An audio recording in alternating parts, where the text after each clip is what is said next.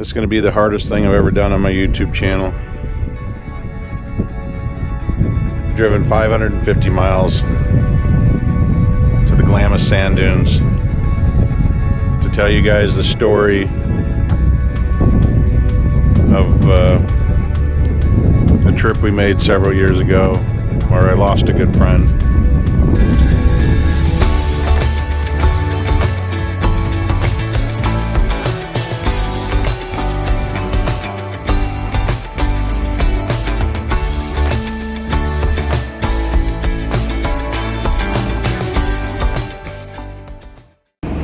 New Year's Eve 2022. I'm on my way to Glamis Sand Dunes and it is pouring outside. Torrential rains everywhere on the way to Glamis. Streets are all flooded, the rivers are all running, the creeks are running. What a mess. Man, it's windy. Close to El Centro, and this video probably doesn't do this justice, but you can almost not see the end of the road with the dust storm that we're in. So we went from pouring down rain to where we couldn't see the road to sand conditions where we can't see the road.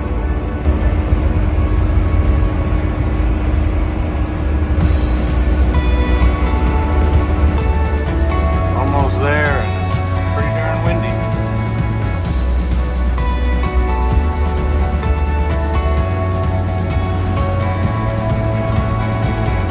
Sand dunes. We're officially here. This is where we're getting.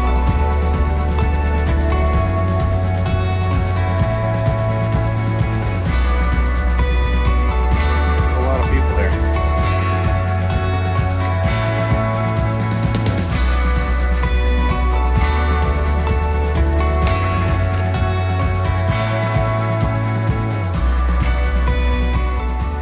Welcome back to another episode of the Mojo H2O channel. This is probably going to be the hardest episode I've ever filmed. I've traveled 550 miles to the Glamis Sand Dunes. It's right on the border of Mexico, and there's nothing but sand as far as the eye can see. Several years ago, I lost a good friend out here, and I thought by telling you guys this story that you might just think a little bit about what happened, how it happened, and how to think a little differently when you come out to a place like this. The lure of the sand and just the vast openness, I can't explain it. It's just you want to be in it, and you want to be climbing the hills and tearing up the dunes, and it's just I can't explain it. You have to come out and experience it. And we always came out for Thanksgiving week. Like every other year, we start packing months and months in advance. And my buddy Jeff had always brought a quad. He never was into the side-by-sides, and back then a Rhino, a tricked out Rhino was a side-by-side. Everybody had sand cars. I had a sand car. I actually had two sand cars, and this was a year where he was going to bring my spare sand car and have something to drive. But he'd also got a bunch of new lights for his quad, and he wanted to trick his quad out so that he could run at night with everybody, and he just loved riding quads and motorcycles. Well, we headed to Glamis the week before Thanksgiving, like we always did, and I arrived fairly early, set up camp on Gecko Road, and it was, you know, business as usual. Set up everything, get your tires changed, fuel up the cars, get ready to have a week of fun. Well, Jeff had arrived fairly late that night. He had to work that day prior and got out a little late that morning that we were going to arrive. And I want to say he showed up, you know, 9 o'clock-ish, 8, 9 o'clock. And, you know, it's a 10.5-hour drive for us, and for him it was probably about 11 to 11.5-hour drive. And when you've driven that far, you're just pooped, you know. Of course you want to get out there and go ride and do what you came here for, but you're just tired. You want relax. And he was so anxious to try out those new lights that he got his quad out and just wanted to go try them out, and trying to get everybody to go with him. And it was late. He'd been traveling for a long time, and it would be best to just put him away for the night and get him out the next day and go for a ride. We all went to bed, I thought. I was one of the first. This is where the story gets a little hard for me to tell. About 2 o'clock in the morning, I hear a pounding on my door. And I'm not sure who it is, but somebody says, "Jeff, come quick." I thought he said Justin, my nephew, had crashed in the dunes and needed some help. And when I arrived there, I realized it wasn't Justin, it was my good buddy Jeff Anthony. Trying to find the spot where he had wrecked, and following one of the guys that was with him back to the site. When we finally found him, there was I believe my nephew was there with the light shining on him from his quad or motorcycle. I can't remember what it was. His quad was about 10 feet away from him. His helmet, he had just bought a brand new helmet.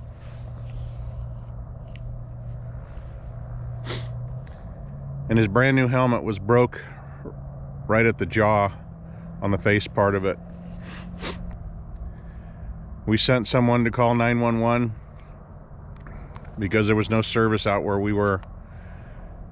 And of course, being 2 o'clock in the morning, all the guards and the ranger, everybody was, all the sand dune patrol, they'd all gone home. There's no reason for them to stay out there at night. But somehow we got word that EMTs were on their way. Unfortunately, they couldn't get out there, so we had to send a car, which was my car. I had to go back to camp, get the EMTs, and bring them to the site.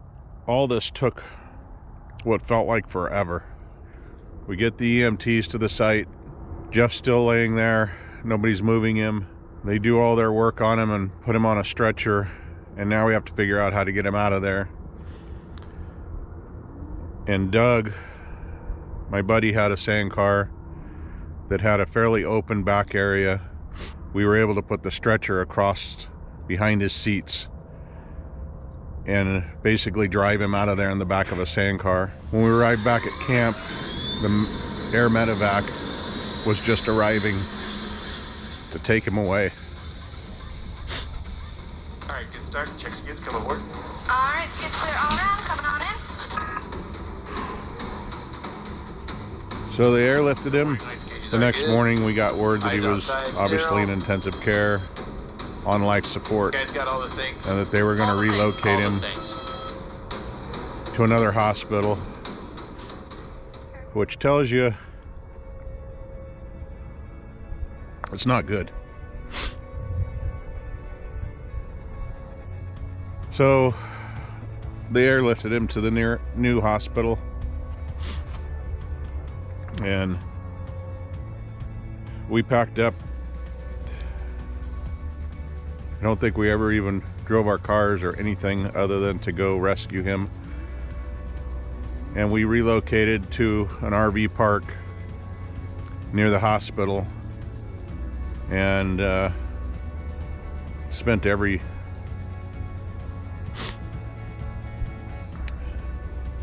day for several days with him, waiting for his girlfriend to show up the next day, and family. And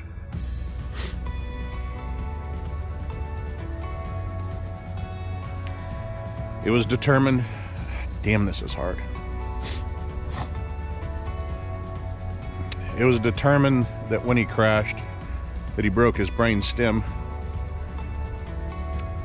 And apparently the brain stem is kind of like the extension cord to your body, and if you don't have your brain stem connected, your brain can't control any of your functions. So he was basically being kept alive by machines. And it was decided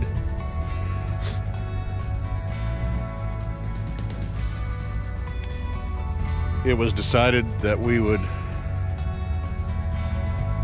unplug him and let him be, because the rest of his life would have to be living on machines, and the Jeff we all knew wasn't going to be there. I think it's time to tell what happened, so that maybe you might think about it a little bit before you go showing up to Glamis and thinking you're invincible, because we sure thought we were. What happened was the typical gotta get there, gotta experience it. And Jeff had just driven for 11 hours. Everyone had been calling him about every hour, how far out are you, how far out are you? He was kind of the life of the party, so the person you were anxious to see when you showed up. And when he showed up, remember, he had been working on his quad for months and just installed his new lights. And you can imagine when he was putting them on in his shop that he just couldn't wait to go try them out. He was fatigued, tired, but anxious, and needed to get that gratification for all that work he'd put into his quad. He'd also just bought that brand new helmet, new visor, and it was the perfect case of, I got to get there and I got to try all this stuff out. I don't care how tired I am. And I thought we'd all decided that we were going to put it up for the night, go to sleep, wake up the next morning. We had a whole week to do this. And apparently after I went to bed, sometime thereafter, he gathered up enough people and they decided to go out into the dunes. And the dunes at night, as you can see, they're hard to read. They're very hard to read. And if you don't respect them, they'll bite you. And this is a case of that. He was apparently going from dune to dune and went over a knoll that looked like any other knoll, and it was a 60-foot drop. There's no tire marks from the top of it all the way to the bottom of it, meaning that he flew off that knoll probably only doing 25, 30 miles an hour, which is not that fast. But when you drop 60 feet face first, the sand may feel soft when you rub your toes in it, but it's not soft when you hit it flat. And I'm not trying to be gory or anything like that about what happened, but just think before you do. Get to the sand and do what I call crawl, walk, run. First day you crawl, then you learn to walk, then you learn to run.